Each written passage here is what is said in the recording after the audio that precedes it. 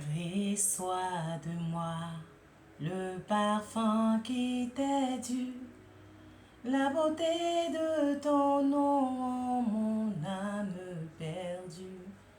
Je veux n'être qu'à toi. Jésus, je t'aime. Reçois du peu que je trouve à donner, tout l'amour que mes yeux n'ont pas su te montrer. Je veux n'être qu'à toi. Jésus, je t'aime. Oh, oh, rien n'est plus beau que ton nom. Rien n'est plus saint que le sang du pardon. Je veux n'être qu'à toi. Jésus, mon roi. Oh, oh, rien n'est plus beau que ton nom. Rien n'est plus saint que le sang du pardon. Je veux n'être qu'à toi. Jésus, mon roi.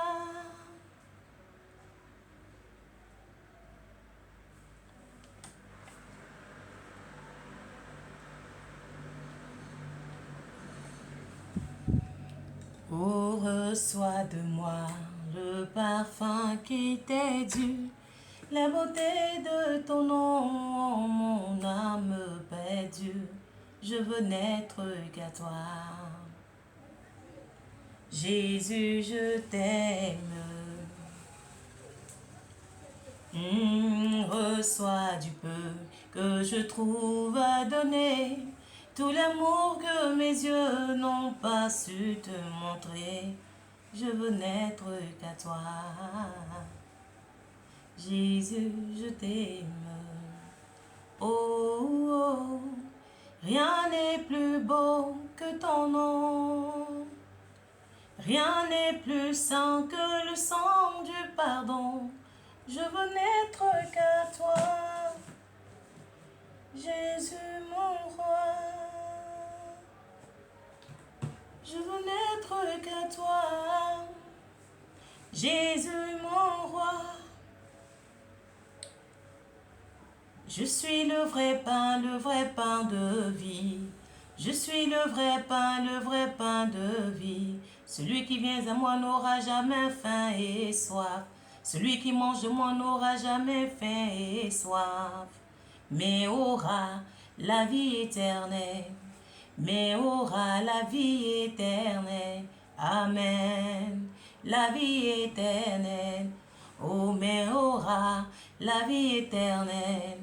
Mais aura la vie éternelle. Amen. Oui, je suis le vrai pain de vie. Je suis le vrai pain de vie. Celui qui vient à moi n'aura jamais faim et soif. Celui qui mange de moi n'aura jamais faim et soif. Mais aura la vie éternelle. Mais aura la vie éternelle. Amen. Oh, la vie éternelle. Amen. Shalom, shalom, shalom, shalom, famille. Oh, nous sommes toujours à cette semaine sainte, l'avant-dernier jour. Et ce jour de la commémoration de la crucifixion de Christ, où il a été crucifié à la croix de Golgotha. Si Satan savait qu'en allant clouer Jésus, c'était sa défaite, il n'allait pas le faire. Aïe. Aïe, aïe, aïe, aïe, aïe, aïe, aïe, aïe, aïe. Alors que quelqu'un dise, aïe, si Satan savait.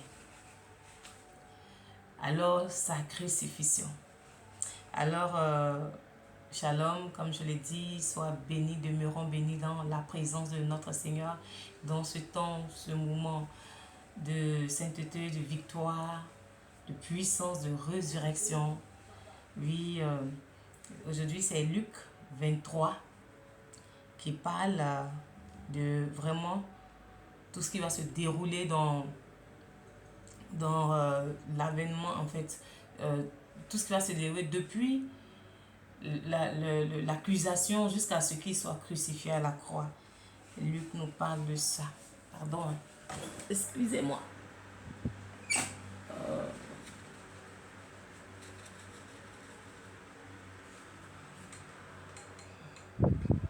Run to life. Run to El Show.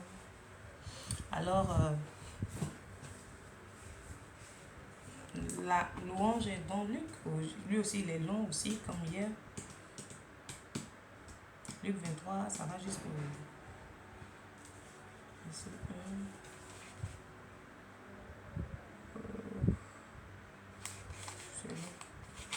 Pardon.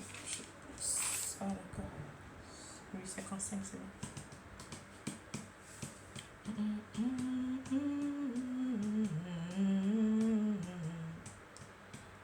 Ensuite, ils se leva tous ensemble et amenaient Jésus chez Pilate.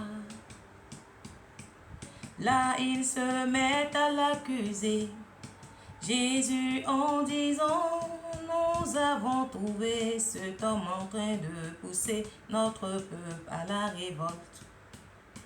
Il empêche les gens de payer l'impôt à l'empereur. Il dit qu'il est lui-même le Messie, un roi. Pilate demande à Jésus: est-ce que tu es le roi des Juifs? Jésus lui répond: c'est toi qui le dis. Il a dit au chef des prêtres et à la foule: je ne trouve pas de raison pour condamner cet homme. Mais les gens insistaient en disant: dans son enseignement, il pousse le peuple à la révolte. Il a commencé en Galilée, puis il est allé dans toute la Judée. Maintenant, il est venu ici.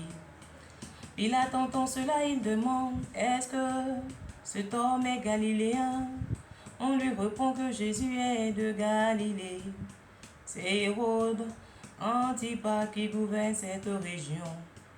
Et il est lui aussi à Jérusalem à ce moment-là.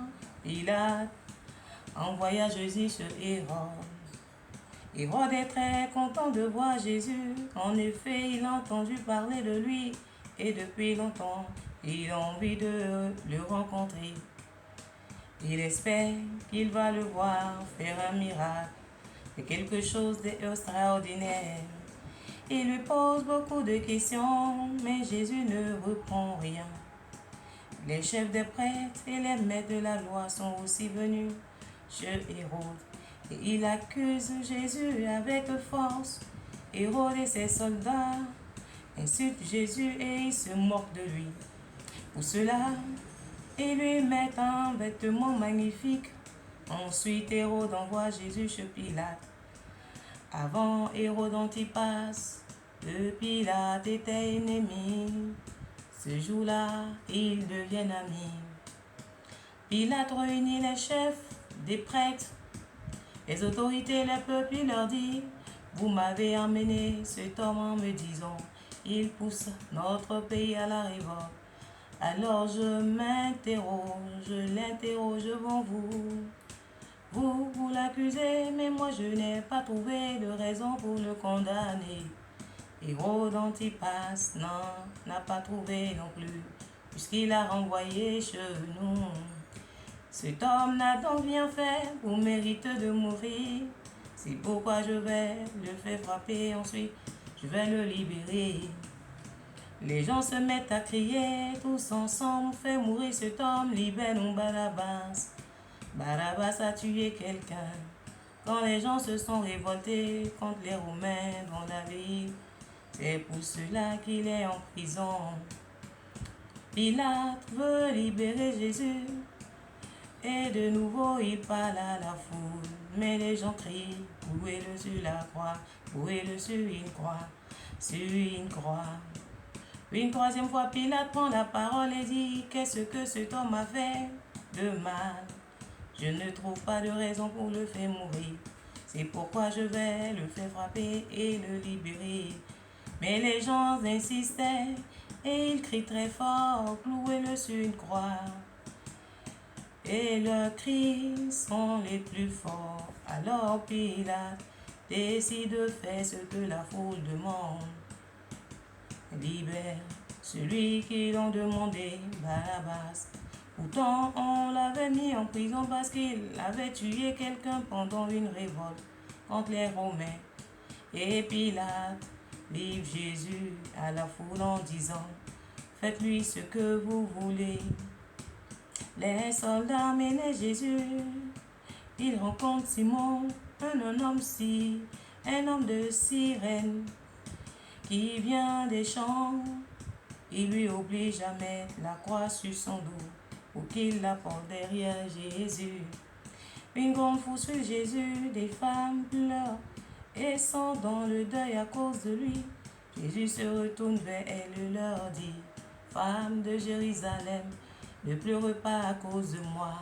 Au contraire, pleurez à cause de vous et de vos enfants. Oui, le moment va venir où on dira, elles sont heureuses, les femmes qui ne peuvent pas avoir d'enfants. Excusez. Elles sont heureuses, les femmes qui ne peuvent pas avoir d'enfants, celles qui n'ont jamais eu et qui n'ont pas allaité de bébé. Alors les gens se mettront à dire aux montagnes, tombe sur nous, et collines, gâche-nous. En effet, si on fait du mal à la veille, qu'est-ce qu'on fera donc à l'âprement? On amène aussi 2 hommes, des bandits, pour les faire mourir avec Jésus. Il arrivait à l'endroit appelé le crâne. Là, les soldats clouent Jésus sur une croix. Ils clouent aussi les 2 bandits, l'un à sa droite, l'autre à sa gauche. Jésus dit, Père, pardonne-leur, ils ne savent pas ce qu'ils font. Les soldats tirent au sang pour savoir qui aura ces vêtements. Oui, ils les partageaient entre eux. Le peuple est là, il regarde.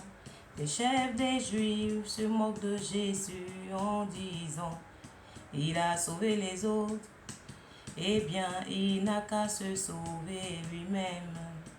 S'il est vraiment le Messie, celui que Dieu a choisi, les soldats se moquent de Jésus.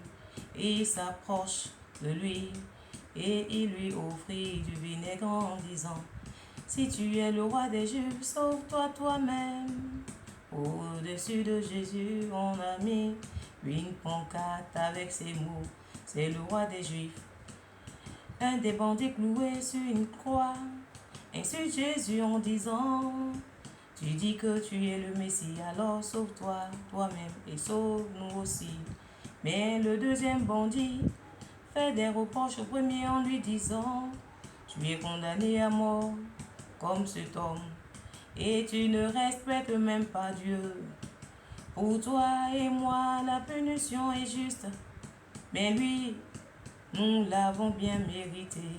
Mais lui, il n'a rien fait de mal. Il n'a rien fait de mal. Ensuite, il dit à Jésus, Jésus, souviens-toi de moi quand tu viendras comme roi. Jésus lui répond, je te dis, c'est la vérité. Aujourd'hui même, tu seras avec moi dans le paradis. Quand il est presque midi, le soleil s'arrête de briller. Dans tout le pays, il fait nuit jusqu'au 3e heure de l'après-midi. Le rideau qui est dans le temple se déchira au milieu en 2 morceaux. Jésus poussa un grand cri, il dit, Père, je remets ma vie dans tes mains. Je remets ma vie dans tes mains. Je remets ma vie dans tes mains. Après qu'il ait dit cela, il meurt. L'officier romain voit qu'il est arrivé et il dit, gloire à Dieu. Vraiment, cet homme était injuste. Beaucoup de gens sont venus pour regarder ce spectacle. Ils voient ce qu'il est arrivé. Alors tous se rentrent chez eux, pleins de tristesse. Tous les amis de Jésus et les hommes et les femmes qui l'ont accompagné depuis la Galilée se tiennent assez loin. Ils regardent ce qui se passe. Il y a là un homme appelé Joseph de la ville juive d'Arimathée. Il fait partie du tribunal religieux. C'est un homme bon et juste. Il attend le royaume de Dieu. Il n'est pas d'accord avec ce que le tribunal a décidé de faire. Joseph va voir Pilate et lui demande le corps de Jésus. Ensuite, Joseph descendit le corps de la croix. Il enveloppait un drap et il le met dans une tombeau creusée dans le rocher. Dans cette tombeau, on n'a encore enterré personne. C'est vendredi et le sabbat va commencer. Les femmes qui ont accompagné Jésus depuis la Galilée viennent avec Joseph. Elles voient la tombe, elles regardent comment on a placé le corps de Jésus. Ensuite, elles rentrent chez elles, elles préparent l'huile et les parfums pour son corps. Mais le jour du sabbat, elles ne travaillent pas en effet. C'est interdit par la loi. C'est interdit par la loi. Alors, je crois que c'est fini. Je lis rapidement. Alors, Luc 23, il dit, ensuite ils se levaient tous ensemble et amenaient Jésus chez Pilate. Donc Jésus devant Pilate et le peuple révolté et il dit, oui, cet homme pousse les gens à la révolte et il dit qu'il est le Messie. Ensuite, Pilate dit au chef des prêtres, je ne trouve pas de raison pour condamner cet homme. Pourquoi voulez-vous que je le condamne? Et ensuite, Pilate est à Jérusalem. Et donc, alors, Pilate envoie, et voilà, Hérode en demande, et Pilate demande, mais il est de quelle région de Galilée? Donc, c'est Hérode qui doit juger. Donc, il dit, bon, amenez-le chez Hérode, comme il est là, il va le juger. Et donc, ils envoient chez Hérode. Et Hérode aussi avait entendu parler de lui, voulait le voir. Il voulait le voir, il voulait le rencontrer. C'était une occasion pour lui de se moquer de lui, je peux dire, avec ces gens. Donc il arrive avec Jésus et lui et ses, je veux dire, ça sera une question, lui et ses serviteurs l'accusent de Jésus, les soldats aussi l'insultent, se moquent de lui. Et puis il lui met un vêtement magnifique, comme le dit la Bible. Ensuite Hérode et Jésus. Et puis ensuite Hérode, il a...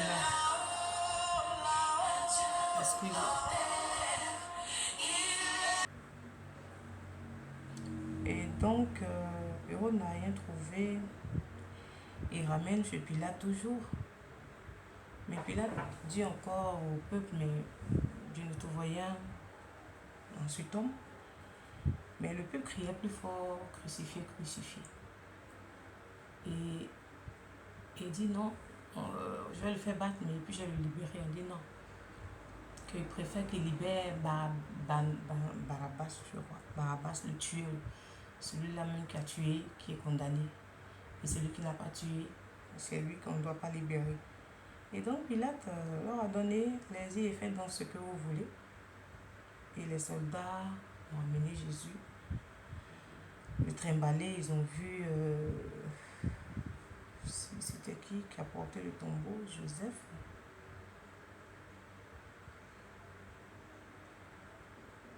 Tombait, le soldat. Donc on dit,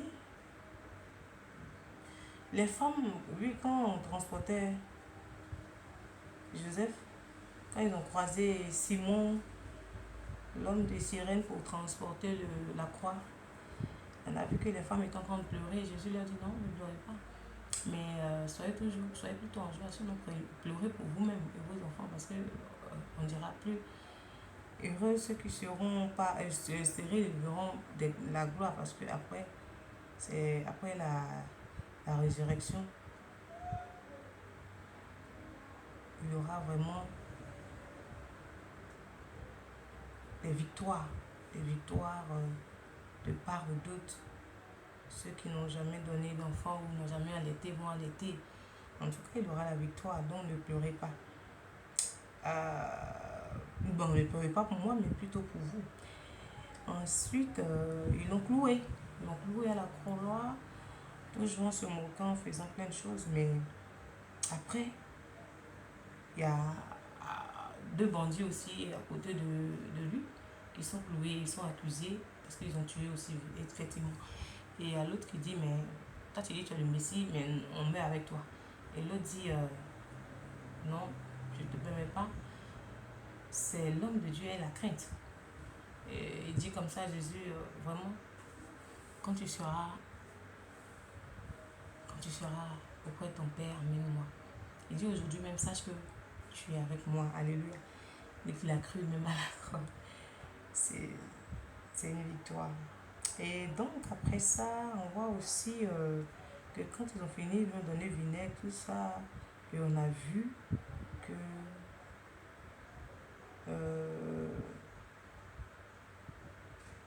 à midi, le soleil n'a plus brillé jusqu'à 3 heures, je crois, on pourra dire 15 heures. Donc le rideau du temple s'est déchiré au milieu et Christ a poussé un grand cri, pardon, et il dit, Seigneur, mais je remets mon esprit, alléluia. Et c'était merveilleux. Et tous ceux qui étaient là disaient, waouh, on lui la tête tremblait, c'était la gloire. Les morts sont revenus et ceux qui étaient là disaient, oui, certainement c'était le Fils de Dieu. Après cela, Joseph d'Arimathée, c'est ça, oui, a demandé le corps à Pilate pour l'enterrer. Et il s'est occupé, il a enterré Jésus dans le rocher où il n'y avait pas encore eu de mort et il a enterré Christ. Victoire, victoire, victoire, Christ est sorti vivant du tombeau. Alors cette semaine sainte, nous continuons encore demain parce que le tombeau est vide. Il est parti au tombeau, mais le tombeau est vide. On le verra demain. Alors je dirais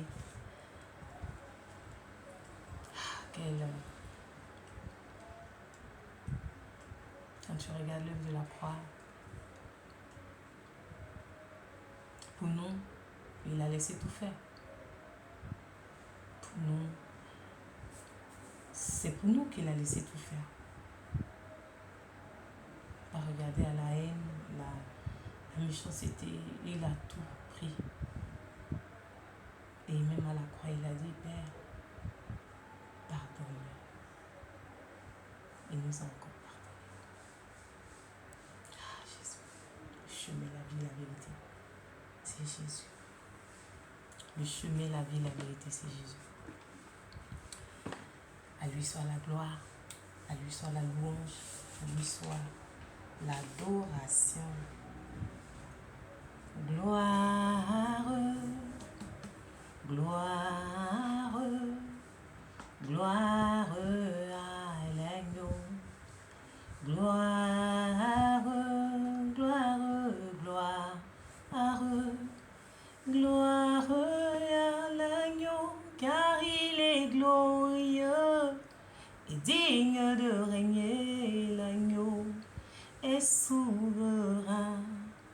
Oui, l'agneau est souverain, il est digne de régner. Nous élevons nos voix pour l'adorer. Et cette semaine sainte nous remplisse la sainteté de Jésus dans nos vies. Nous transforme nos maisons, transforme nos enfants, transforme nos familles, transforme notre pays, transforme notre continent. Parce que Christ est mort pour l'humanité. Christ est mort pour toi et moi, pour nos familles, pour notre pays, mais pour l'humanité tout entière. Donc que cette semaine sainte soit la semaine de révélation de la croix de Jésus dans nos vies. La véritable révélation. Oui, c'est une révélation. Et cette révélation, elle change tout en fait dans nos vies. Alors je nous dis encore, par la grâce de Dieu, à demain. Oh, la semaine sainte soit une sainteté partagée pour chacun de nous que nous sommes. Et demeurons bénis dans la sainteté de notre Seigneur et Sauveur Jésus. Amen. Gloire à Jésus.